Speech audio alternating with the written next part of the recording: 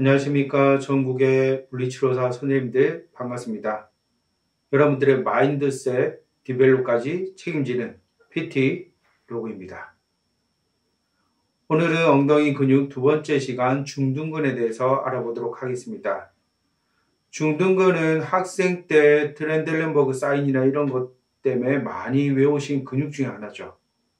임상에서도 실제로 환자분 게이트할 때나 이럴 때 중요한 근육 중에 하나입니다.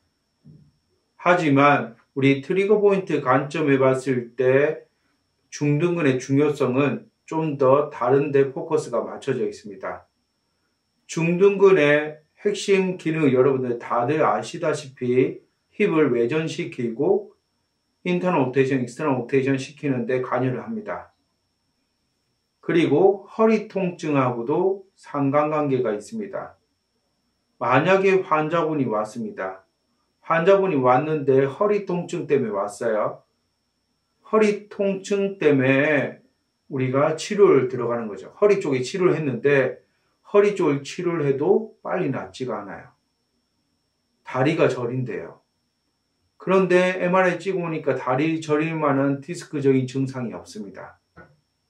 그렇다면 우리는 제일 첫 번째 생각해야 될 근육이 중둔근이 아닌가 생각이 됩니다. 그래서 중둔근의 해부학적 기능, 증상과 징후, 연관통, TTP, NEP 치료까지 한번 간단하게 배워보도록 하겠습니다. 우리가 중둔근의 별명이 가짜 허리 통증이라고 얘기를 합니다. 가짜 방사통이라고 얘기를 합니다. 그래서 중둔근에 대한 A부터 Z까지 배워보도록 하겠습니다. 먼저 해부학적인 구조입니다. 해부학적 구조 첫 번째는 신경지배입니다. 신경지배는 상둥신경의 지배를 받고 있습니다. 상둥신경의 지배를 받고 있는 근육은 세 가지가 있습니다. 중둔근, 소둔근, TFL 이 세 가지 근육이 상둥신경의 지배를 받고 있습니다. 다음은 기시와 정지를 보면 기시부는 장골른 부위가 기시가 되고요. 정지는 GT가 정지가 됩니다. 대전자가 정지부가 됩니다. 그럼 우리가 대전자를 찾을 줄 아셔야겠죠. GT는 랜드마크로 찾을 때는 ASIS랑 이스큐얼 튜브레스티 선상을 긋고요. 거의 중간 부위가 GT입니다. 그리고 거기에 손바닥을 대고 힙을 에비덕션, 어덕션 했을 때 사라졌다 나타나는 곳이 GT라고 여겨주시면 될 것 같습니다. 그래서 정지부는 GT에 있습니다. 자, 우리가 중둔근의 기능을 한번 살펴볼 필요가 있는데 일단은 첫 번째는 골반을 안정화시키는 작용합니다. 두 번째는 인터널 로테이터, 익스터널 로테이터, 에비덕터의 역할을 합니다. 골반을 안정화시키는 역할은 우리가 걸을 때 반대쪽 다리의 골반이 떨어지지 않도록 유지시켜주는 작용을 하는 게 중둔근의 역할입니다.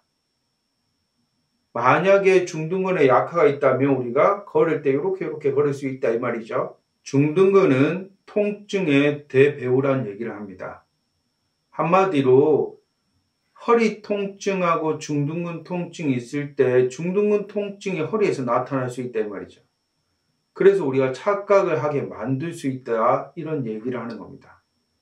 통증의 대배우 역할을 하기 때문에 연관통 부위가 SI 조인트 라인을 따라가거나 아니면 다리 뒤쪽으로 저림감이 나타나거나 외측에 저림감이 나타날 수 있습니다. 이게 우리 중둔근의 연관통 부위입니다. 그래서 많은 분들이 디스크 질환하고 착각이 가능한 부위가 중둔근 포인트가 아닐까 생각이 됩니다. 우리 증상과 징후를 한번 살펴보시면 증상은 서 있는 자세나 아니면 많이 걷거나 활동을 많이 했을 때 중둔근의 통증이 일어날 수 있고 주무실 때 옆으로 잘 때 만약에 오른쪽에 문제가 있어요. 그럼 오른쪽 옆으로 누워 잘 때도 통증이 있지만 왼쪽 옆으로 잘 때도 통증이 생길 수 있습니다. 그 이유는 우리가 중둔근은 만약에 왼쪽으로 누워서 잘 때 오른쪽에 통증이 생길 수 있는 이유는 오른쪽에 있는 중둔근이 누웠을 때 골반이 위쪽에 있고 대퇴가 아래쪽에 있잖아요. 그래서 경사위에서 스트레칭 되는 작용이 되기 때문에 신장에서 통증을 느낄 수도 있을 것 같습니다. 자, TTP는 일단 환자분이 움직일 때 통증이 있는 거죠. 그리고 한 손가락으로 찝을 수 있다고 얘기를 합니다. 한 손가락으로 찝을 수 있고 움직일 때 통증이 있다. 만약에 한 손가락 찝지 못한다면 근데 동작 시 통증이 있어요. 그러면 움직여 보라고 하면서 손가락으로 가르쳐 보라고 할 수 있습니다. 크게 세 가지 포인트를 한번 생각해 보시면 되는데 장골릉 상단 포인트 첫 번째에 있고요. GT 포인트가 있고요. 마지막에 그 중둔근의 근목 포인트 이 세 가지를 눌렀을 때 압통이 있는지 보시면 될 것 같습니다. NEP 같은 경우에는 실제적으로 중둔근에 의해서 유발되는 NEP는 없습니다. 중둔근이 신경을 압박해서 문제를 일으키는 것이 없다 이 말입니다. 반대로 상둔신경이 압박이 돼서 중둔근에 문제를 일으키는 NEP는 있습니다.